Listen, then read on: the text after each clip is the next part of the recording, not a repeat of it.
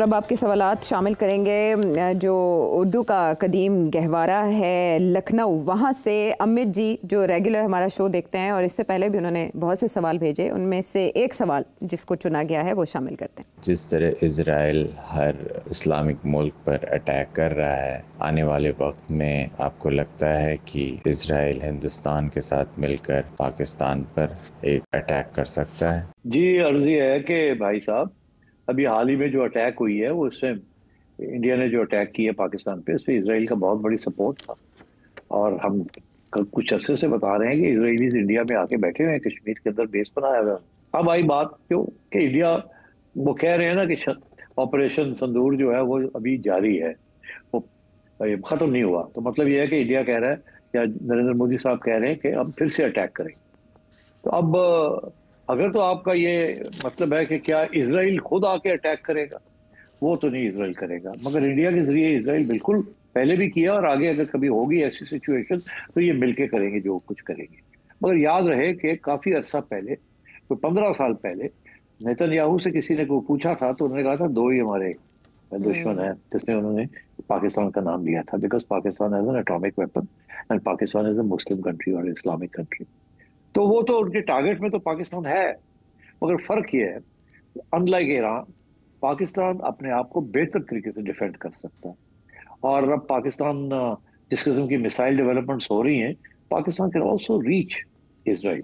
और याद रहे कि न्यूक्लियर वेपन स्टेट के साथ पंगा नहीं लिया जा सकता उस तरीके का जिस तरीके के साथ आप नॉन न्यूक्लियर वेपन स्टेट के साथ पंगा ले सकते हैं। ये तो मैं समझता हूँ इवन द यूनाइटेड स्टेट्स, अगर यूनाइटेड स्टेट्स और इसराइल इकट्ठे हो जाए तो वो भी they can not attack Pakistan, because before अगर ऐसी कोई सिचुएशन होती है तो वो फुलझड़ी जो है ना, अगर वो फुलझड़ी चल जाएगी फिर सोचों में पड़ना पड़ेगा।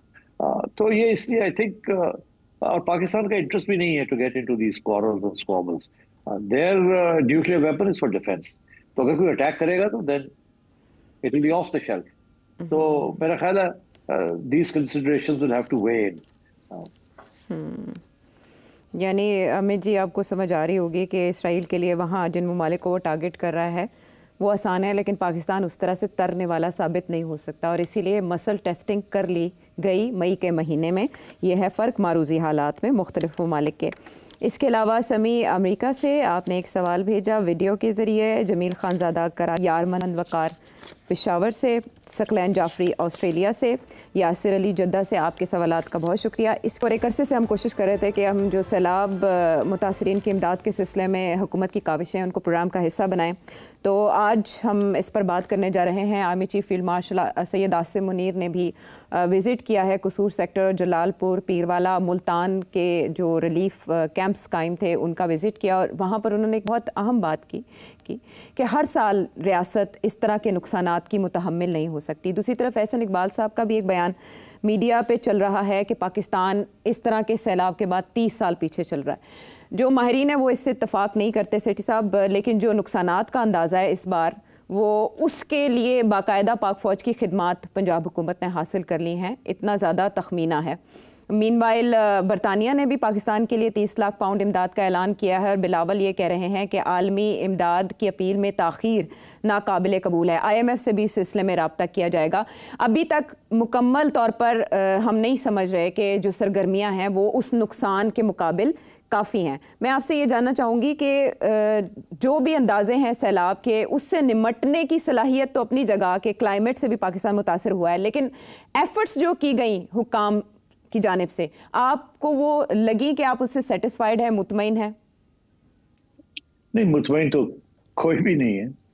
जब आवाम की इतने दुख देखते हैं तो कैसे हम मुतमईन हो सकते हैं कि जो इक़दाम किए हैं वो सही हैं या काफ़ी हैं। सवाल जो असली सवाल है जो पूछना चाहिए और पूछा भी जा रहा है वो ये है कि जैसे आर्मी चीफ ने कहा कि ये हर साल ये होता है और नॉट एक्सेप्टेबल। अब बात यह है कि क्या ये कोई रॉकेट साइंस है? ये सियासतदानों को, हुक्मरानों को पता नहीं है कि ये होता है कि कभी पानी कम होता है और कभी पानी ज्यादा होता है और ये फ्लड आते हैं, हर 2 साल के बाद डूब जाता है और ये बातें शुरू हो जाती हैं, इतने अरब डॉलर का नुकसान हो गया और फलाना हो गया, और मैशत कैसे चलेगी? तो किया क्या है इन्होंने उसके बारे में? 4 साल वो बैठा रहा, कुछ नहीं किया, 3 साल है हो गए ने, इन्होंने कुछ नहीं किया, कोई रेजर्वायर्स नहीं बने, कोई बंद नहीं बने, कोई कुछ नहीं हुआ। तो मतलब ये है कि तो जिम्मेदारी तो लेनी पड़ेगी ना, और दोनों को लेनी पड़ेगी, एस्टैब्लिशमेंट को भी और इनको भी, क्योंकि अब तो एस्टैब्लिशमेंट गवर्नमेंट का हिस्सा है। अब मुझे बड़ी खुशी हुई है कि आर्मी चीफ ने आके ये बात कही है। और आपने मगर एक चीज नोटिस की क्या? जो करनी चाहिए थी आपको, और मेरा ख्याल है आपने इशारा भी, आर्मी चीफ गए हैं, देर आया दुरुस्त आया वाली बात नहीं है, पहले जाना चाहिए था, पहले इनको फौज को तलब करना चाहिए था, प्रिएम्प्टिव करना चाहिए था, फ्लड से पहले करना चाहिए था। पता था कि फ्लड्स आ रहे हैं, ये कोई रॉकेट साइंस नहीं थी, पहले ये इमरजेंसी लगानी चाहिए थी। पानी सिर तो गुजर गया तो हम इमरजेंसी लगाते पहले लोग, शर्म नहीं आती है इनको। और ऊपर से अस्पतालों के चक्कर लग रहे हैं, तस्वीरें अपनी लगाई जा रही हैं, व्हाट्स गोइंग ऑन? ये कोई मौका है फॉर अपनी सेल्फ प्रमोशन का? ये मौका है to take put up your trousers and go into the flood waters and pull people out, और सारे बाकी काम छोड़ दें। अवाम बेचारी डूब रही है और आप बड़ी अपनी डिप्लोमेसी कर रहे हैं। आपकी डिप्लोमेसी के साथ क्या फर्क पड़ गया इजराइल और कतर के साथ? उनको उठ के प्रेसिडेंट साहब चाइना चले गए। ओ भाई, कोई कम से कम कोई सोचो तो सही कि अवाम क्या सोच रही है। अवाम इज एंग्री, गुस्सा है अवाम के अंदर, और अब सिंध में भी आने वाला है गुस्सा। अब ये बिलावल भुट्टो साहब गए हैं ना, अभी मुजफ्फरगढ़ गए हैं, छोटी मोटी पीपल्स पार्टी की कंस्टिट्यूंसी है, गवर्नर साहब वगैरह वगैरह।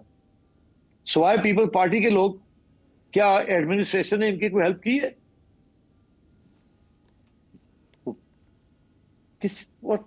मतलब है कि चीफ मिनिस्टर जाती हैं तो सारी एडमिनिस्ट्रेशन आगे पीछे होती है। बिलावल जाता थे, एक आध बंदा नाल, दैट्स इट। ये क्या बात हुई? इसको पॉलिटिक्स भी खेलनी है इसके साथ आपने? This is not right. और ऊपर से मैं समझता हूं ये भी जो चीफ गए हैं ना, किसी को साथ नहीं लेके गए, सिर्फ ब्यूरोक्रेट को साथ ले गए, सीएस को साथ ले गए। ठीक किया, बिल्कुल ठीक किया। पूछेंगे लोग क्यों नहीं सीएम क्यों नहीं साथ लेके गए? मेरा ख्याल है वो भी अब समझते हैं कि अपनी लायबिलिटीज को कम ही रखना चाहिए। मैं आपको बता रहा हूं, आवाम में गुस्सा है, गुस्सा बढ़ रहा है, ये फट सकता है। मीडिया में गुस्सा है, ये बढ़ रहा है, ये फट सकता है।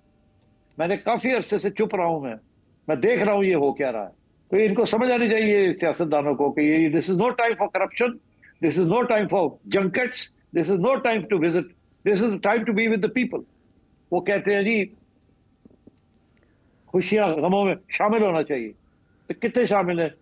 एक हेलीकॉप्टर से बह के चले गए थे, जाके उठे स्पीकर लेके तो गल करती है, दिस इज, आप उनके गम में शामिल हो रहे हैं। और ऊपर से ये जो खबरें आ रही हैं कि प्राइवेट सेक्टर वाले लोग, बड़े बड़े जमींदार जो है, जिनके पास किश्तियां विश्तियां, वो पैसे भी चार्ज कर रहे हैं जी। लोगों को। ये रोका जाए ना, ये पता किया जाए कौन है और एक्शन लिया जाए। क्यों नहीं? वो पता तो लगे कोई government is involved in sorting out this mess. तो इसलिए I am sorry, I am angry, but this is no way for a government to behave. यानी आप मुतमईन नहीं हैं? हालांकि वज़ीर आला पंजाब की तो बाकायदा हमें कैंपेन दिखाई देती है, जिस तरह से वो लोगों की मदद कर रही हैं, कैंप्स में जा रही हैं, बच्चों के साथ बात कर रही हैं और मुतासरीन को ये यकीन दिला रही हैं कि आपके नुकसान का अजाला किया जाएगा। हाँ, वो ठीक है, मगर मैं आपसे कह रहा हूँ कि ये जो मीडिया की बैकलैश आ रही है ना कि हर चीज से तस्वीर लगाओ अपनी, मेरी की जरूरत है? दिस इज नो टाइम कि आप अपनी शोहरत करें, दूसरे डूब रहे हैं और आप अपनी शोहरत की बात करें। क्यों? Unnecessary, completely unnecessary. अवाम मीडिया को आप क्यों, why are you losing the media on these issues? This is not a time to promote yourself, this is the time to help the people selflessly. और इसकी जो बुनियाद में और भी बहुत सी खराबी आने वाले दिनों में हम देख रहे हैं, जिनको प्रेडिक्ट किया जा रहा है कि पाकिस्तान को ग़िज़ाई किल्लत का सामना करना पड़ सकता है, अजनास की कीमतें बढ़ सकती हैं और मार्केट में हम ये सारे फैक्टर्स कार फरमा दिखाई हो रहा है सारा कुछ जी। शॉर्टेजेस होंगे, क्या तैयारी हो रही है उसकी, वीट क्रॉप का, कॉटन का, ये सब कुछ होगा। आप खुद ही बता रही थी कि ऐसर इकबाल कह रहा है कि पता नहीं इतना नुकसान हो गया, क्या हो गया, 30 साल पाकिस्तान पीछे चला गया। तो ये इस तरह के बयान देने का क्या फायदा है यार? क्या आप चाह रहे हैं कि अब भीख मांगने जा रहे हैं दुनिया से? ये इसलिए आप ये कह रहे हैं कि जी अब दुनिया से कोई पैसे आ जाएं? वो पुराने पैसे जो आए थे वही आपने इस्तेमाल नहीं किए जब आए थे, तो वही लोग रो रहे हैं कि जी वो कहाँ गए पैसे, आपने प्रोजेक्ट बना के देने थे और लोगों ने कहा था आप देंगे, आपको तो इस्तेमाल करने नहीं आए पैसे।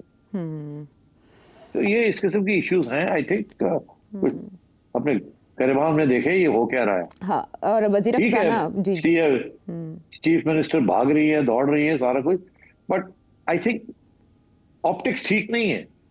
जो मिलना चाहिए ना, तारीफ जो होनी चाहिए वो नहीं हो रही, वो दूसरी चीजों के लोग पकड़ के उसकी बातें कर रहे हैं। और इसी सिलसिले में आर्मी चीफ की स्टेटमेंट एक और भी बहुत अहम है कि अवाम को बार बार आने वाले सैलाब की तबाहकारियों से बचाने के लिए तमाम ज़रूरी इक़दाम जो चाहिए वो करें और इंफ्रास्ट्रक्चर की तरक्की को भी तेज़ किया जाना चाहिए। तो इसके लिए ज़ाहिर है हुकूमत को पॉलिसी वज़ा करनी होगी।